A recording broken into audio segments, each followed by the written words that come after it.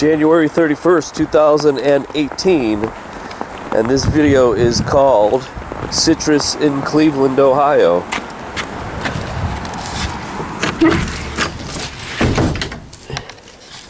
And the reason it's called Citrus in Cleveland, Ohio is because actually I'm growing it. Check it out. Now this variety I bought, I had this tree for about maybe 5 years, and I bought it down in Florida, and my parents brought it up with their RV, and I've never had fruit on it. And the reason why I really grew it was because of the scent of the flowers, which are probably one of my favorites besides the jasmine. Now this one is called a honeybell orange, and it's because of this bell-shaped fruit. It's a Mineola tangelo, and it's a cross between a tangerine and a grapefruit. Now it's usually got a large size, and it's slightly elongated neck, make it easy to recognize. And it's the most popular of the tangelos. It's seedless, Mineola, and it's got a sweetly tart juice taste. Now, like I said, I grow it for the scent, because when this thing is in bloom,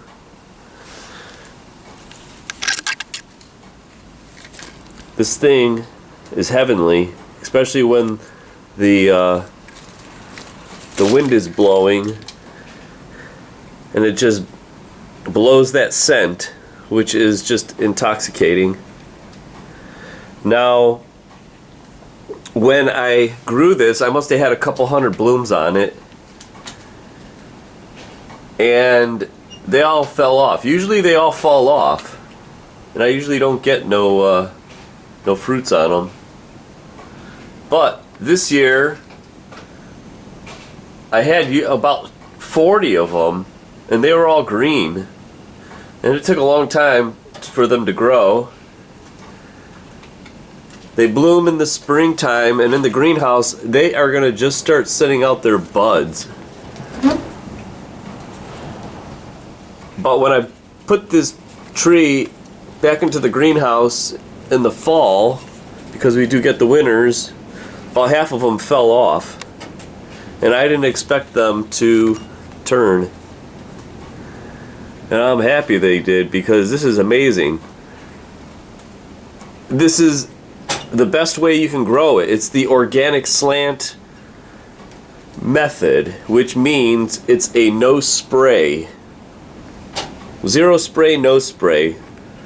There are no chemicals on this, as how they usually grow commercial fruit and vegetables. And even if you scratch the surface and smell it, even that is worth growing it. God, does that smell good. I'm going to crack one of these things open and show you, but if just for growing it, just for the scent, it's worth it. Any citrus is worth it, whether it's a lemon, a grapefruit, or an orange, just to have that amazing smell. So, let me show you a little secret here. Here's the rickety greenhouse, and you could see I have it set. What does it say? It's set at 45 degrees, and that's basically a breaking point for tropicals. But then again, for every 5 degrees you double your fuel consumption, so it can get very expensive. So that's why I suggest going down to 45, and they kind of struggle, but they're still alive. And whenever you get a sunny day, like it is today, the temperature in the greenhouse will go up. Now, there's all sorts of stuff that you can grow in a cool greenhouse. Bananas, cannas, you got all kinds of stuff. Variegated ficus, Let me show you real quick here, give you a treat.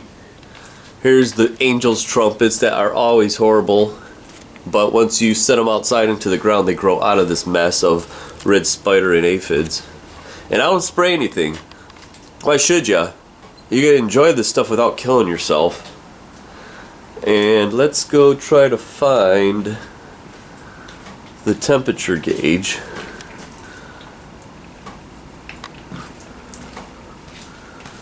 Let's see where it is.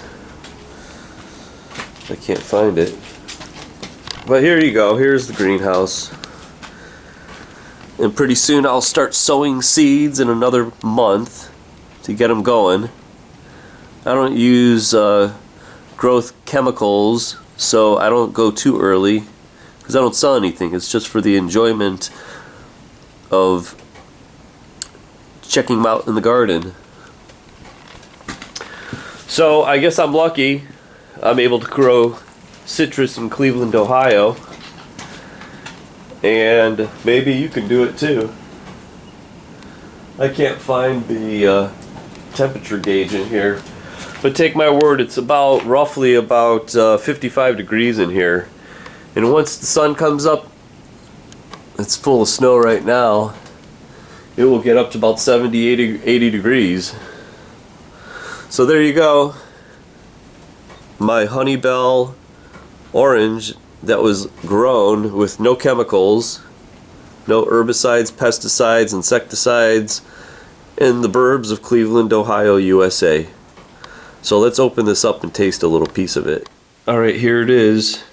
Now the size of it, it's probably half the size of the ones that you would buy at the store, but that doesn't matter to me because they're probably pumping them up with some synthetic fertilizers and, like I said, some herbicides to or pesticides to take care of the pests that are attacking this stuff. But it's a seedless variety. It actually smelled really great just opening this up. And here is a segment. And actually it does taste sweetly and tart. Oh boy.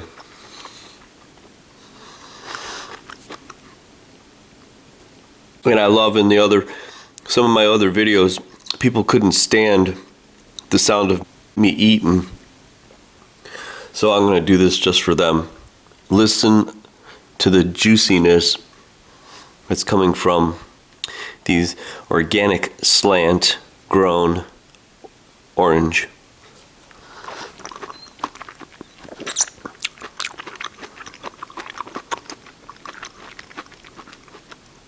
Wow, it's not even that tart. This one is really sweet. Now, the reason why I'm surprised and I'm happy about this is I still haven't eaten anything out of California. And it's a shame because when I go to the store, our bread basket is coming out of California. You can hardly find anything that is not coming out of California. It is the bread basket for America in the wintertime. In the summer you can get local stuff, which is what I do, but I don't trust anything that's coming out of California. Not only are they using fracking water or filtered fracking water to water their crops out there, you still have the ongoing leak of Fukushima, and every time it rains all those isotopes are coming down into the fields. And anyways, the stuff that's already in the ground, the isotopes, they're being uptaken through the roots and is going into the plant, whether it's the stems, the leaves, or the fruit. So they can have the California oranges because basically nuclear destroyed and ruined that crop. Now, it's really hard to get oranges that are coming out of Florida, so you don't really have much choice. But I encourage you to buy a orange or a lemon, any kind of citrus tree, not only for, if you're lucky, the fruit, but just for the scent of that flower. So here you go, citrus grown in the burbs of Cleveland, Ohio.